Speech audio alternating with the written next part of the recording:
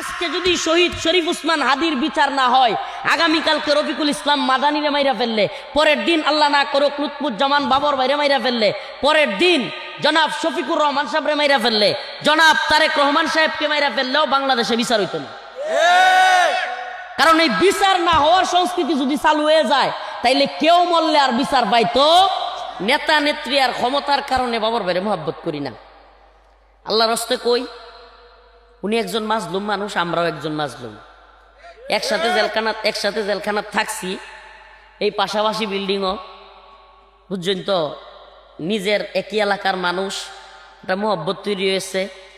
উমরাতে আইছে, আমার পরিবারের লেগে, আমার আহলিয়ার লেগে, আমার বাচ্চার লেগে তুই হাদিয়ে লই আইছে।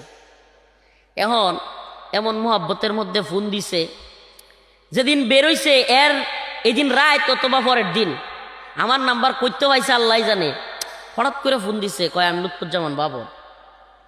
আমি কই সুবহানাল্লাহ। ওই যে আপনাদের এলাকার একজন ডিবির ওসি ছিল আগে, নাম হইলো মনে হয় কামরুল ইসলাম জুয়েল ভাই কয়। হ্যাঁ হ্যাঁ হইলো, আমার যখন ডিবিতে রিমান্ডে রাখে, এই জুয়েল ভাই হলো ডিবির ওসি। আসলে বলতে হয় খুব হেল্প করছে আমরা খাওয়া দাওয়ার ক্ষেত্রে, পরিবার থেকে খাওয়া দাওয়া আমরা নিষেধ আছি। এই একই রকম এই যে কয়েকটা আলু গুঁড়া দেয় আর বেঙ্গন দিয়ে হালায়, তুই তোরাইন দেয়া এডি খাওয়া লাগতো প্রতি সন্ধ্যা। এডি কি অবস্থা। এই কামরুল ইসলাম জুয়েল ভাই আমরা রে পরিচয় দিছে যে বাবর ভাইয়ের, আমি তো এলাকার, আমি তো ওনার বাতিজা বা এরকম বাড়ির পাশে বাড়ি, আমারে বাড়ির ফোন করতে দিছে এই ওসি থাইকা। এই সময় আমরা রে কেউ ফোন করতে দিছে, শুনলে চাকরি থাকতো না। মাওলানা জুনায়েদ আল হাবিব সাহেব, মাওলানা মামুনুল হক সাহেব দামাত বারকাতুহুম, বা আরো যে সমস্ত হেফাজতের আমরা আছেন, সবাই রে খাওয়া দাওয়া কিংবা সে তার জায়গা থেকে যতটুকু পারছে, হ্যাঁ কেমনে কেমনে জানি হাসিনা হুনিয়ালছে যে হুজুর এই লোক কইল হুজুর আল্লাহ খাতির, হ্যাঁ এই বেটার এনতে সরাই দিছে। কিন্তু ওই যে মোহাব্বত, ওই দিন রাত্রেই কামরুল ইসলাম জুয়েল ভাইয়ের ফোনে ফোন দিছে, ফোন দিয়ে সালাম দিতেছে যে ভাই আমি আপনারা অনেক মোহাব্বত করি। আমি বলছি ভাই আপনিও মাজলুম মানুষ, দীর্ঘদিন অন্যায়ভাবে নিরপরাধ একজন মানুষকে আমরা প্রকাশ্য বলতে চাই লুৎফুজ্জামান বাবর একজন নির্দোষ মানুষ ছিলেন। অযথায় তাকে ফাঁসির রায় দিয়ে তাকে এইভাবে বন্দি করে রাখা হয়েছিল। এবং হিন্দুত্ববাদী ভারতীয় শক্তি, যে কারণে সবচেয়ে বেশি মোহাব্বত করি, এই হিন্দুত্ববাদী ভারতীয় শক্তি, এই হিন্দুত্ববাদী দালালরা, এরা হলো আমার উপরে কিংবা আলেমদের উপরে কিংবা লুৎফুজ্জামান বাবর ভাইদের উপরে অন্যায়ভাবে জুলুম করেছে। আর কেউ হাসিনার মতো বাংলাদেশে কি করতে পারতো না, আওয়ামী লীগের মতো জুলুম করতে পারতো না। এই যে হাদি বাইরে মাইরা লাইছে শরীফ উসমান হাদি, এইভাবে আর কাউরে ওপেন গুলি কইরা মারার সাহস পাইতো না। এমনকি এইভাবে মারার পরে আজকে 12-13 দিন হয়ে গেছে গা, হাদি ভাই কবরে, খুনি কেন বাহিরে,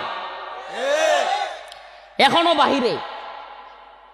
আমি এই মাত্র আপনারা স্টেজ বই একটা পোস্ট করছি যে হাদি ভাইয়ের বিচারের দাবিতে সকলকে ঐক্যবদ্ধভাবে শক্ত প্রতিবাদ করা উচিত।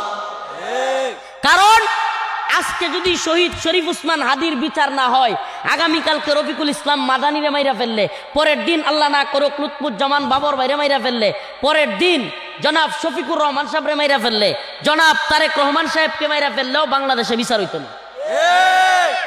কারণ এই বিচার না হওয়ার সংস্কৃতি যদি চালু হয়ে যায়, তাইলে কেউ মরলে আর বিচার পাইতো। যদি কেউ মনে করে যে আরে আমরা তো বিরাট বড় দল, আমরা লোকের অভাব নাই, মিয়া ঠিক মতো ঝামেলাত পড়লে লোক থায় না। এদেশে কত নেতা দেখলাম যারা জাতির পিতা বানাইছে, তার লাশ পইরা রইছে, 5-7 ঘন্টা পইরা রইছে, মাইরা সোয়ালতে সন্ধ্যাবেলায় রাখছে, কেউ গেছে না।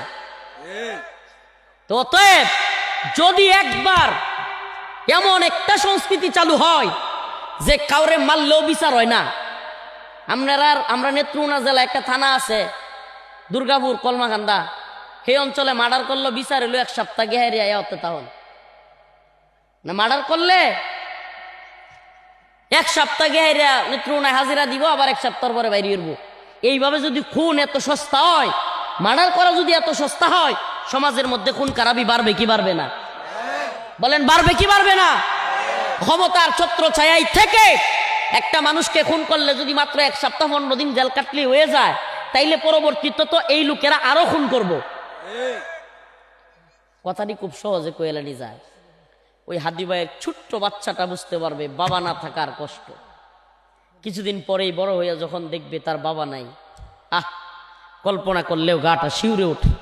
আমার একটা ছোট্ট বাচ্চা আছে, দোয়া করেন, মোহাম্মদ বিন রফিক। যখন তার দিকে তাকাই মাঝে মাঝে হাদি ভাইয়ের পোলাটার কথা মনে হয়ে যায়। 13-14 মাস বয়স। এই রাত্রে বেলায় যায়, যত রাত্রে মাহফিল করে যায়, এই বিস্তারতে ঘুমোতে উঠলে গৈরে আয়া কোলের উপরে উঠবো, বুহের উপরে উঠবো, এই নয়া গলার উপরে বইব, আব্বা আব্বা করবো। সুবহানাল্লাহ। প্রত্যেকটা সন্তানেরই তো এই অধিকারটা আছে। এই অধিকার আছে যে তার বাবার বুকে গিয়া বসবে, বাবার আদর পাবে। এই যে হাদি ভাইয়ের সন্তান আজকে তার বাবার এতটুকু আদর পাওয়া থেকে বঞ্চিত হইল, তার স্ত্রী এই বয়সে বিধবা হইল, এই যুবক বয়সে তার মা তার সন্তানকে হারাইল, এই জবাব কি ইউনূসের সরকার দিতে পারবে?